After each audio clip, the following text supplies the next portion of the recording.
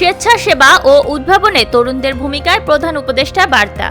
দৈনিক সংবাদ দিগন্ত পত্রিকার নিয়মিত জাতীয় খবরের সাথে আমি আছি জুলিয়া জাহান। প্রধান উপদেষ্টা প্রফেসর মোহাম্মদ ইউনুস বলেছেন, তরুণরা সক্রিয় থাকলে দেশের কোনো সমস্যাই অমীমাংসিত থাকতে পারে না। তিনি যুব সমাজের প্রতি আহ্বান জানিয়েছেন, তাদের মেধা, শক্তি ও সৃজনশীলতা দিয়ে সমাজ ও দেশের উন্নয়নে অবদান রাখুক। আজ সোমবার 15 সেপ্টেম্বর প্রধান উপদেষ্টার কার্যালয়ের শাপলা হলে আয়োজিত ইউথ ভলান্টিয়ার অ্যাওয়ার্ড 2025 অনুষ্ঠানে প্রধান অতিথির বক্তব্যে তিনি এসব কথা বলেন। প্রফেসর ইউনুস বলেন, তরুণরা দেশের চালিকা শক্তি। তাদের উদ্ভাবনী শক্তি শিক্ষাক্ষেত্রের বাইরে স্বাস্থ্যসেবা, পরিবেশ সুরক্ষা, দরিদ্র বিমোচন ও সামাজিক ন্যায় বিচারে গুরুত্বপূর্ণ ভূমিকা রাখছে। তরুণরাই দেশের ইতিহাসে যুগে যুগে নেতৃত্ব দিয়েছেন। তিনি বলেন, চলার পথে নানা চ্যালেঞ্জ যেমন জনস্বাস্থ্যের সংকট, শিক্ষার অপর্যাপ্ত সুযোগ বা পরিবেশগত বিপর্যয় মোকাবেলা করতে হবে একত্রিত শক্তিতে। প্রফেসর ইউনুস স্বেচ্ছাসেবাকে কেবল আর্ত মানবতার কল্যাণে সীমাবদ্ধ না রেখে